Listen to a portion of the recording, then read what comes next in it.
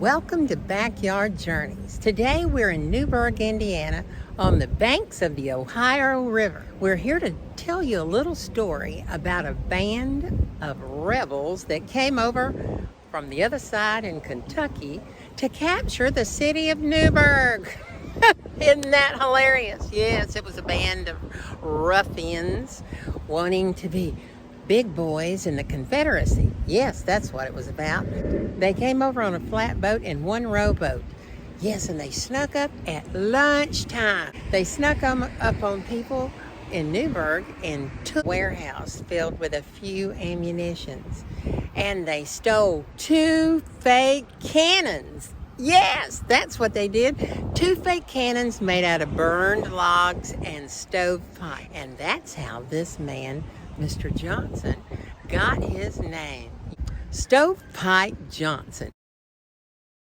Yes, he later was known as General. Yes, those band of Confederates, they've always been telling these stories. That's not necessarily the truth, but it makes them seem really big men. Kind of like what we've got going on today. Yes, we need at this time to tell the real story of the Confederacy.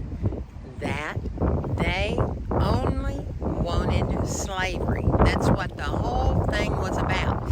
I know that we want to change history and we want to rewrite it and tell it was about states' rights. Well, unfortunately, that's not true.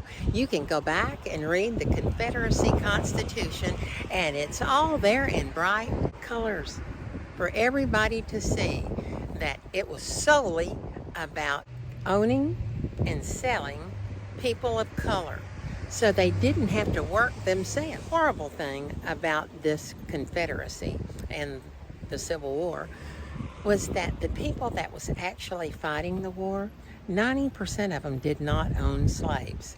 It was people who were told over and over and over that it was in their best interest to fight for the slave owners' beliefs.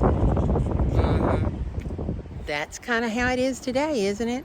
There's rich people still going today and telling that it is in the interest of poor people to support the rich people's interest. Yeah. Look at the Republican Party is today.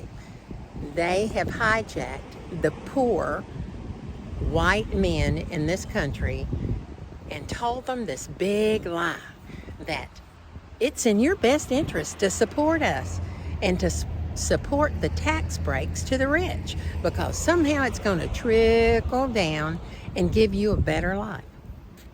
Well, where has it been, boys? Like all the coal mines and everything, it's in your best interest to support the owners of the coal mines. Well, how's that worked out for you, boys? Yeah, all the coal mines are now closed. This Mr. Trump, that was the president for 4 years. He was going to bring back all the coal mines. Well, more coal mines closed under his presidency than ever before. It's time for all of us to take back history, get rid of all of the bad history, and write it like it should be. The Confederacy was about slavery, and they're still fighting it today. That's what they don't like, is that black people are in large numbers, brown people in large numbers, and these white men are losing their power. That's what they're fighting about. At the end of the Civil War, we tried to be nice and bring back everybody into the United States. Well, I contend that was a big mistake. We should have hung every one of the generals and officers that fought against our United States. We should have hung every single one of them. We should have hung everybody in the cabinet, including the presidency of the Confederacy. We should have not been nice. And that's what brings us to today. Our insurrection that happened on January the 6th is nothing more than the insurrection that happened during the Civil War.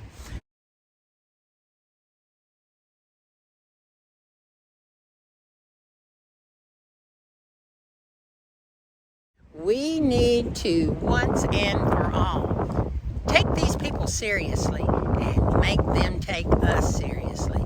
We need to prosecute every single one of them. We need to bring them to reckoning. We need to put them in jail or hang them for treason. And when we do that, it'll stop the future ones. Yeah, because most of them are just big bullies. They have a lot to talk, but they don't say anything. All they want is power. And the number one big lie man is Donald Trump. And he needs to go to jail, and we need to put him in jail. And if he doesn't stop his insurrectionists, right, we need to nip all of this in the bud and save our democracy once and for all. And then write the history books to reflect the South lost. They were losers. They were insurrectionists. They were everything we don't want to be. And today, they have turned into the lovers of communism and Putin and all those dictators. They hold them up to be some great men that we should really love. Lovers of democracy do not like dictators. It's time to stop it. Let me just tell you one little story about a slave-owning group of people that lived in the next county to us, in Union County, Kentucky. There was a plantation owner that they had a 6-year-old daughter, and for her 6th birthday, her grandfather gave her a baby of color. He took the baby from the mother, a slave, and gave it to this 6-year-old child as a birthday present. And they made a slave take care of it until it was old enough to become this young girl's personal servant. Now, what do you think of that? That makes you really want to place these people in high order, don't you?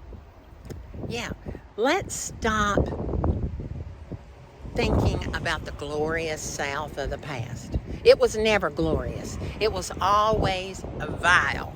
It took babies. It took people from Africa and brought them here and enslaved them to work in fields so the owners didn't have to work themselves. And think about it, honey. They raised their children. They raised everything. And then they want to say, oh, well, we treated them well and they had it better under slavery than they do today. Well, as we all know, that's hog shit. It's not just bullshit. It's hog shit. So remember, slavery is not good. The South did not win. We're going to rewrite history, and we're going to write textbooks now in the victor's voice, not the loser's voice. And we're going to tell the real story of slavery. I hope you have a wonderful day, and thank you for joining me today here on Backyard Journey. Don't forget to go down the highways and byways in your area to find historically important places and people that have changed our world. But I'll see you next time on Backyard Journeys.